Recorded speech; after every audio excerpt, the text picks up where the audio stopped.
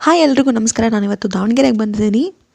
ದಾವಣಗೆರೆಯಲ್ಲಿ B S Channabasappa ಅವರ ಅಂಗಡಿ ತುಂಬಾ ಫೇಮಸ್ಸು. ಅದನ್ನೆಲ್ಲ ವಿಂಡೋ ಶಾಪಿಂಗ್ ಮಾಡಿಕೊಂಡು ನೋಡಿಕೊಂಡು ನನ್ನ ಮಗನ ಹೆಲ್ತ್ ಚೆಕಪ್ಪಿಗೋಸ್ಕರ ಬಾಪೂಜಿ ಹಾಸ್ಪಿಟ್ಲಿಗೆ ಬಂದಿದ್ದೆ.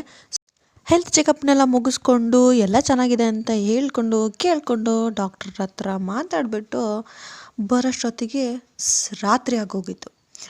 ಬಂದಮೇಲೆ ಏನಪ್ಪ ಮಾಡೋದು ಅಂತ ತಲೆ ಕೆರ್ಕೊಂಡು ನೋಡ್ತಾ ಇದ್ದರೆ ಫ್ರಿಜ್ಜಲ್ಲಿ ಮೊಸರಿತ್ತು. ಚಿತ್ರಾನ್ನ ಬೇಡ, ಮೊಸರನ್ನ ಮಾಡ್ಕೊಳ್ಳೋಣ ಅಂತ ಮೊಸರನ್ನ ಮಾಡ್ತಾಯಿದ್ದೀನಿ. ನಾನು ಹೇಗೆ ಮೊಸರನ್ನ ಮಾಡ್ತೀನಿ ಗೊತ್ತಾ? Very simple.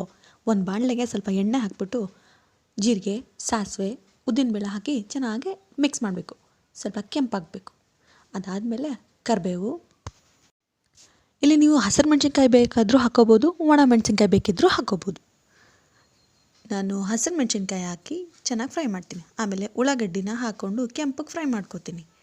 ಅದಾದಮೇಲೆ ಸ್ಟವ್ ಆಫ್ ಮಾಡಿ ಒಂದು 5 ನಿಮಿಷ ತಣ್ಣಗಾದಮೇಲೆ ಇದಕ್ಕೆ 1 ಕಪ್ ಮೊಸರು, ಸ್ವಲ್ಪ ಹಾಲು ಹಾಕಿ, ಸ್ವಲ್ಪ ಉಪ್ಪು ಹಾಕಿ ಮಿಕ್ಸ್ ಮಾಡಿ ಅನ್ನನ ಇದಕ್ಕೆ ಮಿಕ್ಸ್ ಮಾಡಿ ಮೇಲ್ಗಡೆ ದಾಳಿಂಬೆ ಹಣ್ಣು ಆಮೇಲೆ ಸ್ವಲ್ಪ ಕೊತ್ತಂಬರಿ ಹಾಕಿ ಊಟ ಮಾಡ್ತಾಯಿದ್ರೆ ಆಹಾ ಎಷ್ಟು ರುಚಿಯಾಗಿರುತ್ತೆ ಗೊತ್ತೇನ್ರಿ.